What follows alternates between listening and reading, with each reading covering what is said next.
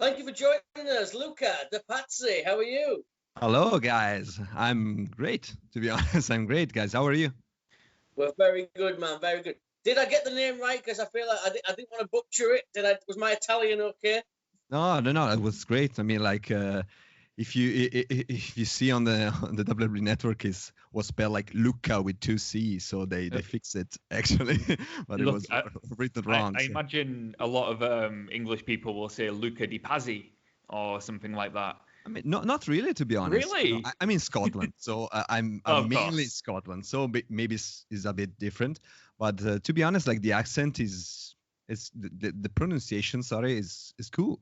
Okay. On. Makes a change. So how's life treating you at the moment? I know it's tough for us all at the moment. How you getting by? I mean, I'm okay. I mean, I'm in Italy now, so I came back around Christmas. So I'm still here because I'm stuck here, and I'm spending money on stuff like for Twitch and a lot of stuff like video games, and I'm watching a lot of wrestling, old wrestling stuff like 2002, 2001 from on the network and stuff. But yeah, I'm okay. I'm good. I mean, I'm missing wrestling, to be honest. I'm missing like the performing thing, the performing part of wrestling. Yeah. So is that why you're doing a little bit of Twitch, because it's still it's still a creative outlet? Yeah, like it's still something like where you have to entertain guys, entertain like people. So I just keep myself like moving and doing stuff, just to do stuff. Keeps me busy. My mind, my head is still busy with something, and it's way better than just do nothing. So yeah, of course. Yeah, have you obviously there's no wrestling on. Have you still been managing to train? I mean, do you still get a chance to get into a ring and train still?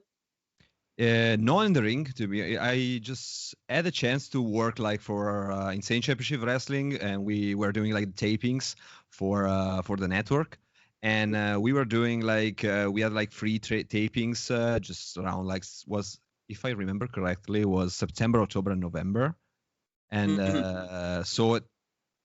During the taping, I just managed to train inside the ring, but apart from that, I'm just training at home. I'm just doing like body weights training and like cardio stuff, like jumping around and keep me busy at my best. My shape is not the best at the moment, but I need some like gyms or some sort of facilities just to train properly. But just let's hope for the best.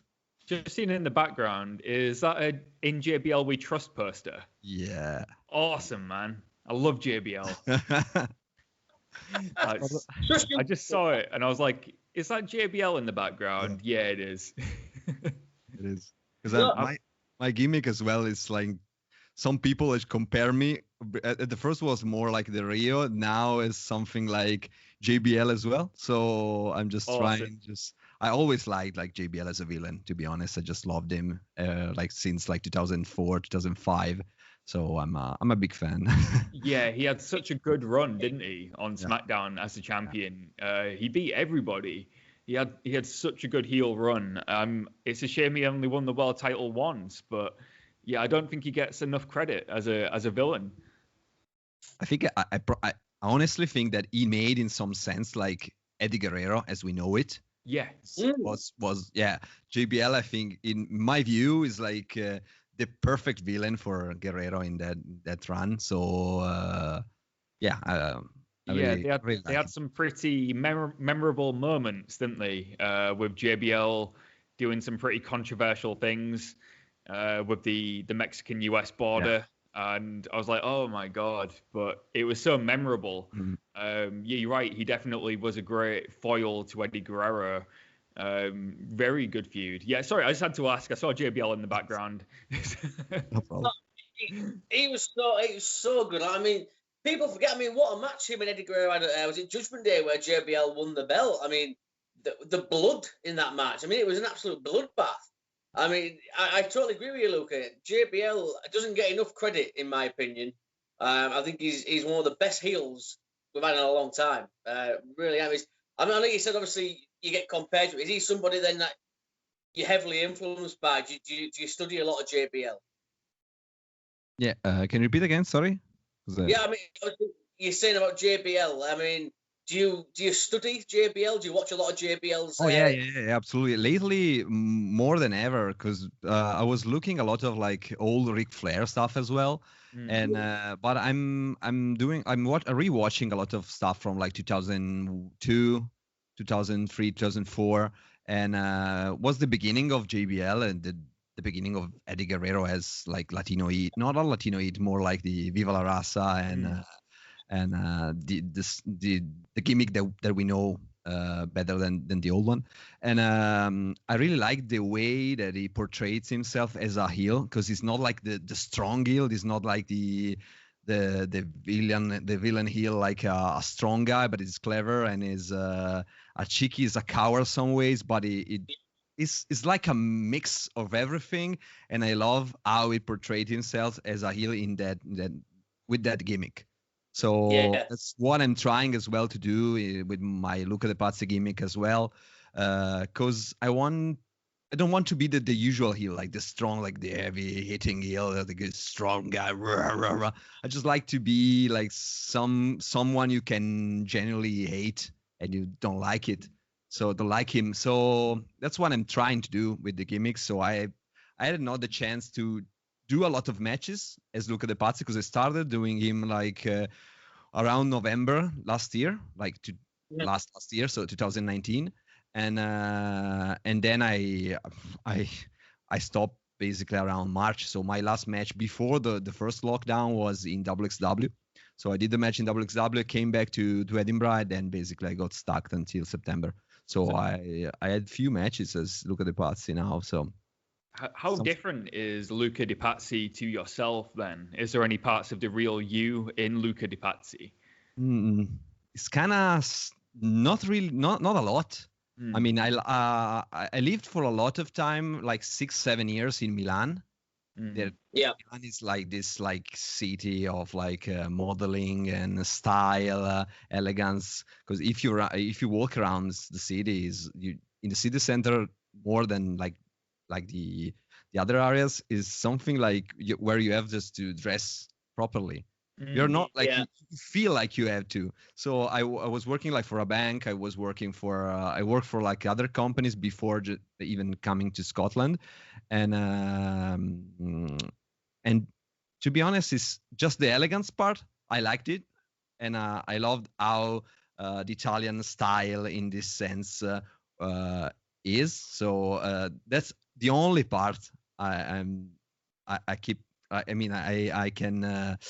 have with Luca de Pazzi. The only thing we can relate, me as a person, as Luca, and Luca de Pazzi as a gimmick.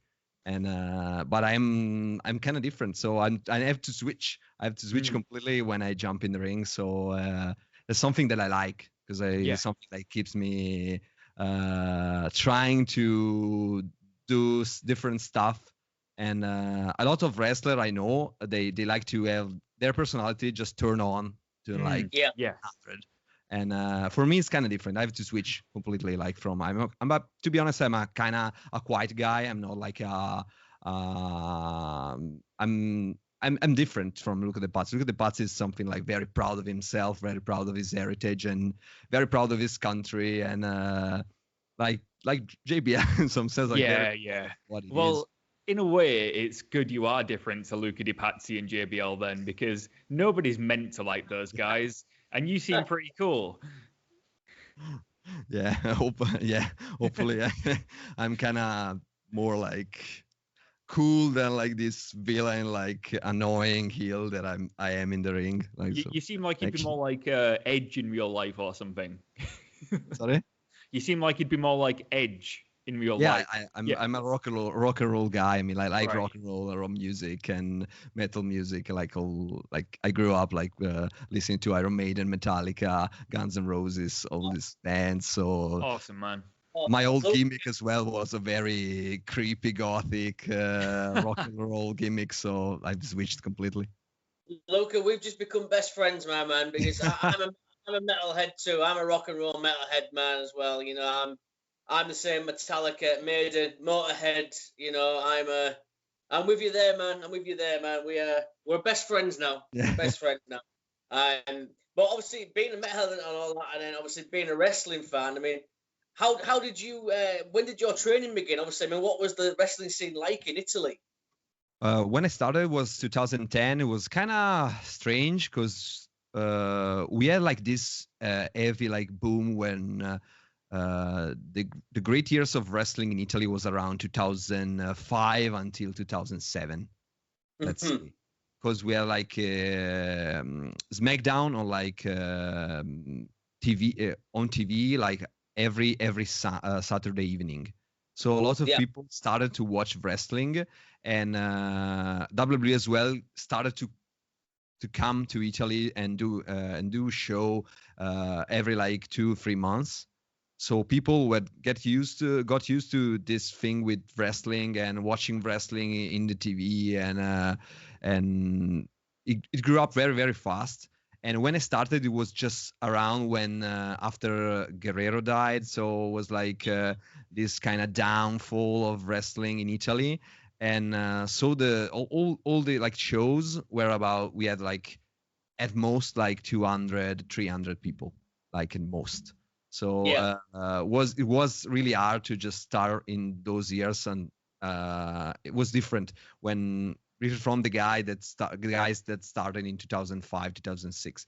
I started 2010, so I began training. I began training was like September 2010, and it was far away from my hometown, so it was like 2 hours. I had to just I was like 20 years old. I didn't have like a car, so I had just to take a train, two train and a bus to get to the training facility there, and I started there. And it was like we had one training a week, not a lot of shows, like one show every month. And because wrestling wasn't popular, so, and then I started like to having matches around 2012. So was like 1 year and a half until I got the chance to perform in the ring. So I had this match. Was an awful match. It was a very, very bad match. So in front, like, we had like 10 people maybe. Just was a crazy experience. I didn't like it at all, but I stayed on it. I just kept training and everything, and until I decided in 2016 to just to move to UK, and let's get this let's have this wrestling experience like on a different level than it was in Italy. So wrestling is not bad in Italy in terms of quality. Is bad in terms of crowds. We don't have a lot of people interested, so we have to every time just to bring people, just to put a lot of advertising around, and it's very difficult in England, Scotland, Germany as well. Is so much easier just to get people like coming to a wrestling show. Yeah. What was, I mean, you mentioned obviously the Italian scene. When you went over, you mentioned working for WXW in Germany.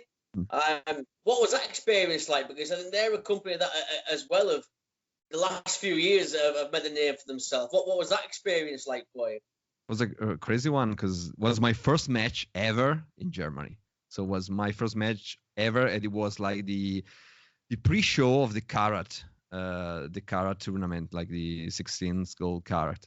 So I had this match with Nico Inverardi, which is an Italian wrestler that performed in USA as well, UK, and we had this match for Rising Sun Pro Wrestling, which is a promotion in Italy, and there was this showcase event where all the different companies that are inside that are featured in the WX Now on demand service were able to just perform and show themselves in this event, and the show was amazing. Like, the crowd was crazy.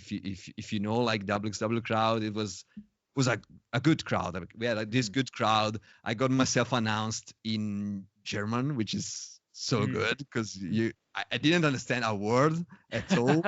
But it was crazy. So it was so good, and we just managed to have like a strange match for a lot of the guys in backstage. and because we had a good like eye sports match, so, a cool like frenetic match, but we try to keep like a gimmicky style match. I don't know if you get what I mean. I mean, we had the characters.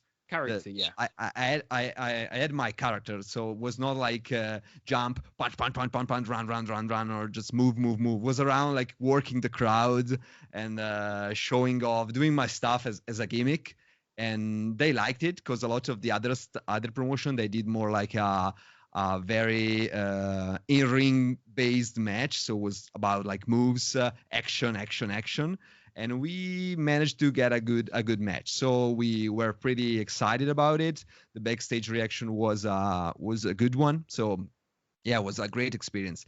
And then the worst part was at the evening, because we had to just come back to the airport, and this COVID pandemic stuff started in Italy, because a lot of people were just jumping on train to get back home because they were scared about like the pandemic, the COVID and everything.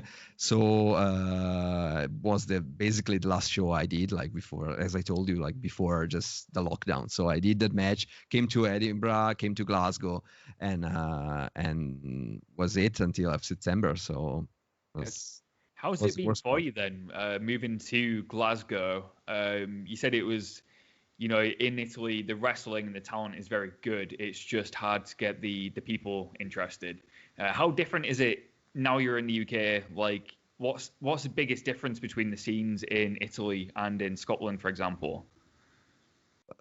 For me, and a lot of people there, a lot of wrestlers that came from Italy and they are now based in UK as well, is the crowd. Probably the crowd is different because in UK, in England, Scotland, Ireland, the crowd like knows what it is. Like they know what wrestling is. So they know they have to cheer for a guy, they have to boo for a guy, they know the moves, they know like the pace of a match, they know how a wrestling match works. In Italy is something new. Like every time now there is changing a bit towards like a more like a UK European style. So a lot of people in the crowd know what we are doing, but for the most, a lot of people, they don't know nothing. So if the villain, the heel, is not a proper heel, they don't know they have to boo him. Like, so sometimes if the babyface is less experienced than the heel, sometimes you get like this effect when people are cheering from the heel, and for a family show. I mean, it's kind of weird because you have to work really hard, like to make it clear that I'm the good guy. Yeah, you have to build a different match as well. So you have to just start from like the scratches and maybe jump on a corner, just. Hey, boo, like the usual stuff you do like in family shows in UK as well, but in Italy you have to just turn it up and let people know what you're doing. And there is also this thing, not as a few years ago, where people used to come to shows just to check if it was fake or real. So it's just like, oh, this is fake. Oh, this is fake. Or maybe, oh, come on, that was a chair, like something like that, like this. So we are in this kind of like weird place where a lot of people know about wrestling more than before, but a lot of people still don't know what it is exactly. So they don't know what to expect when they jump into I guess that's kind of cool though. Like, if they don't know what to expect, it means there's a lot of room for growth in the Italian wrestling scene. In 5 years' time, the Italian scene could look like the UK scene, because ours hasn't always been like this. We always say like the UK scene happened pretty much overnight. We never used to have all these promotions, and then now we've got so many of them. There's one in every city. So maybe more than one in every more than one sometimes, yeah. So in a few years' time, who knows, Italy might have the same kind of scene as the UK. Who knows? Maybe. I hope so. To be honest, that would be cool. Yeah. That'd be awesome. That would be cool. It would, because it's expanding, and obviously you mentioned like WXW giving you the opportunity We've spoken to a few guys from Body Slam Wrestling in Denmark, and they work WXW as well. So it's nice to see that these companies from the other countries are getting a chance to showcase themselves in places like Germany. And like you said, obviously you went to Scotland. How did ICW happen? How did you end up there? It was I went to Scotland with my girlfriend, which is Jokey Iville from ICW as well, and we went there because we had a friend, like an Italian friend there, that was doing like commentary for Italian TV for ICW, because ICW was in the Italian television for a while, and he helped us networking with the guys, like the trainers and the guys that were just training in the GPWA and the Asylum, basically, which is like the training facility for ICW. Yeah. And we just went there because we had just a lot, not a lot, but a few friends there. So we went there, and we had just had the chance to try to go there. We just did the training. I had at the time I was about 5-6 years into the wrestling training and doing shows. So it was a little bit better than few of the guys that started around that period. So I managed to just keep training and starting doing shows, and they liked the old gimmick I had as well. So I had this I don't know if you know about it, but I had just this gimmick, like a face painted guy, like clowny, was it Paxxo? Monstery, Paxxo, yeah. And yeah. So they liked it. Also in the crowd liked because it was different. I wasn't so much Italian as I am now, but it was a strange character because you had like face paint. Also the kids, when I used to work face, they liked the character because it was like an Ultimate Warrior type of very painted and aggressive but funny. So a mix of things. And I managed just to get more bookings in other promotion like PBW and GPWA. I wasn't in ICW. Still wasn't ICW, was more like GPWA, PBW, SWA, and PWA. A lot of promotion in the Glasgow area, and until I was backstage in ICW because Jokey Iville started before me, and I was backstage with her sometimes doing helping with stuff and crew and a lot of other stuff.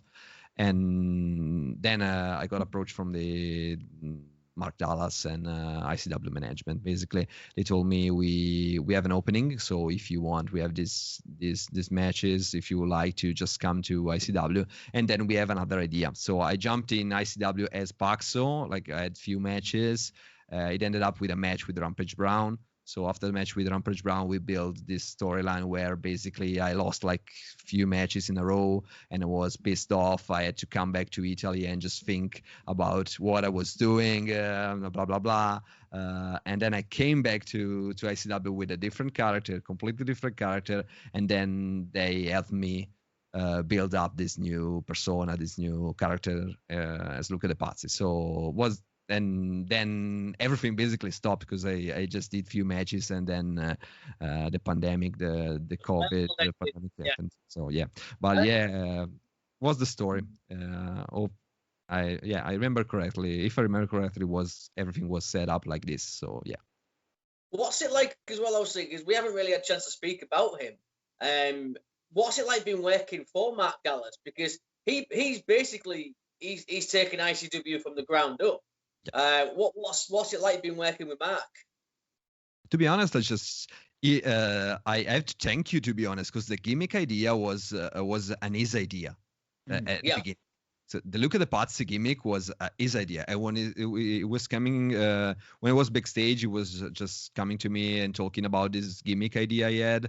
So if I don't remember badly, he used to come to Italy for holidays and stuff, and he had this memory of wine and this culture of elegance and stuff. So he wanted something different, and I liked it because it was not the usual Italian. Because if you think of Italian wrestling or Italian wrestlers, it's usually more about pizza, Naples, like usual stuff about Italians. So it's about like Nunzio or Santino Marella, all these guys. Yeah. And I like the idea he had to have like a Italian wrestler, but in a different way, in a different vibe. I'm Italian, but I'm not like the usual pizza, pasta, and stereotypical. Yeah.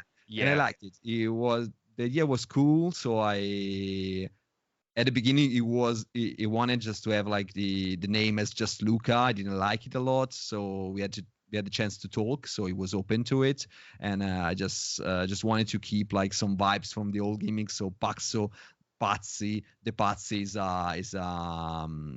is basically a family from Florence. Is a whole family from Florence. If you've played Assassin's Creed 2 as well, they were into it. Like, it was a big family of like rich people, and I wanted just to add this vibe to my character, so I just picked my name, my real name, so it's Luca, and then I added De Pazzi, and which it sounded more like a lot of like, I don't know, rich and like a heritage family. It sounds rich.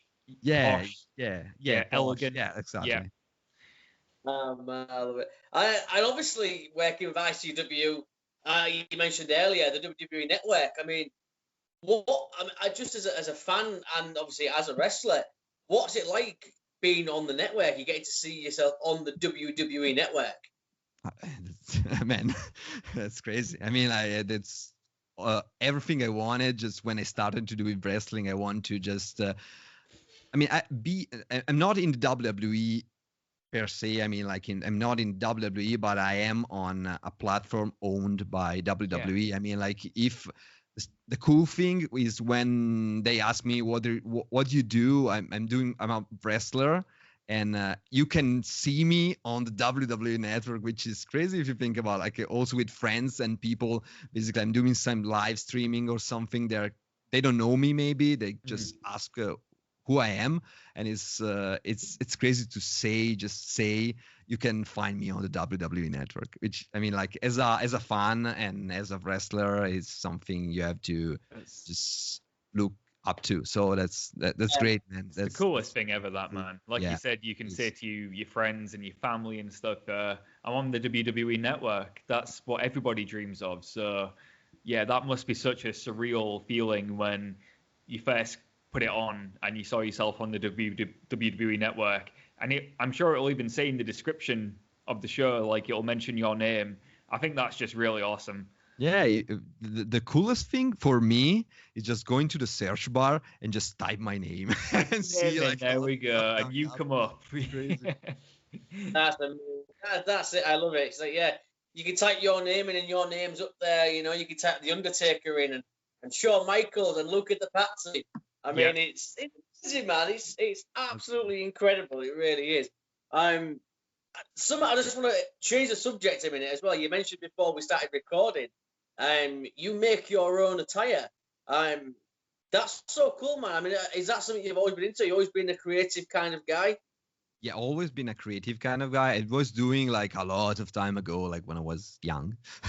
I was doing cosplay, so I just managed to just build costumes and stuff. Then I turned this into like a job, basically.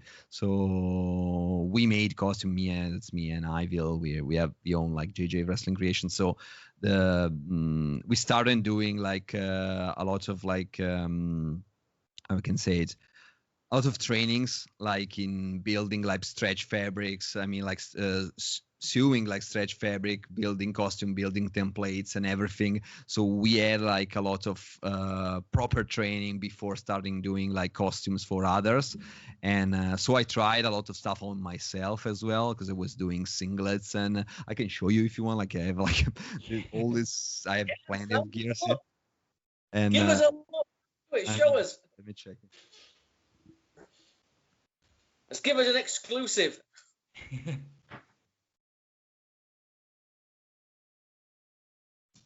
Guys, yeah, seriously. I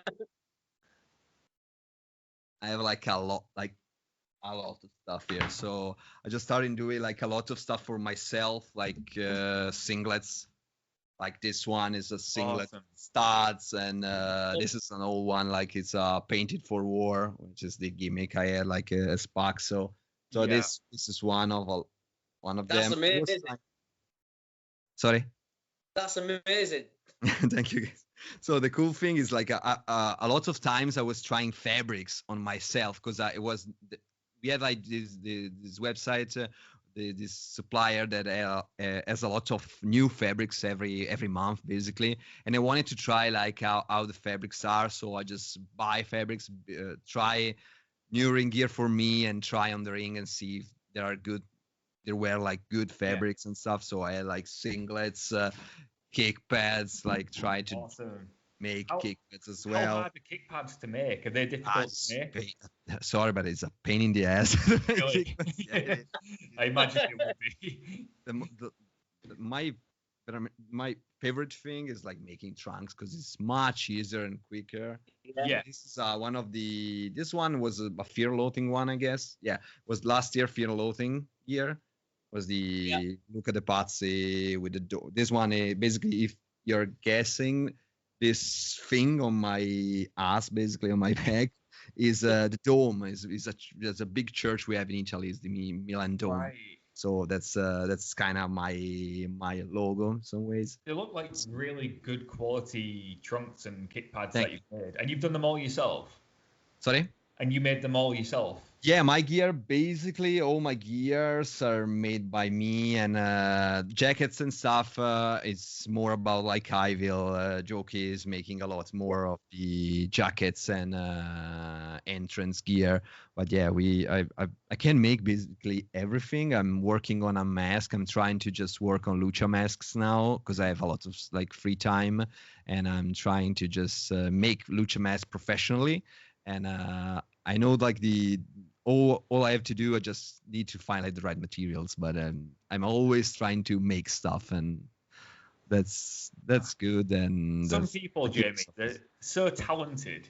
You know, he wrestles, makes his own gear. He's a Twitch streamer. You know, it's not fair, is it? It's not, dude. I mean, you're putting me to shame. I can't. I mean, Callum is a graphic designer. He's great.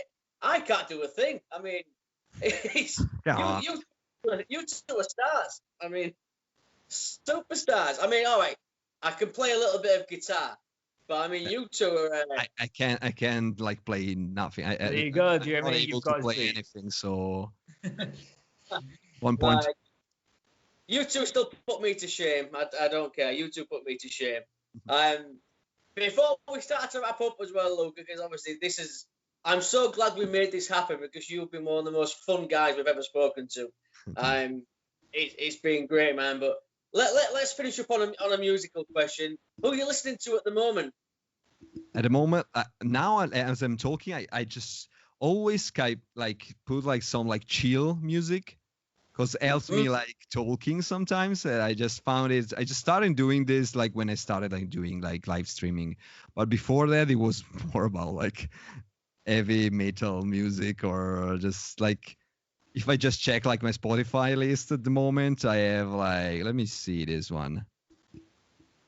Let me check this one because I have like Rob Zombies, Nice.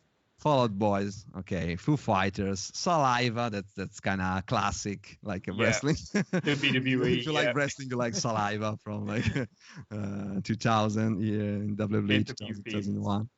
So I have Fozzy as well. Huge fan of Chris Jericho. I'm glad you said Foo Fighters though, because that's my other Motorhead and Foo Fighters. I've got Dave Grohl tattooed on my thigh.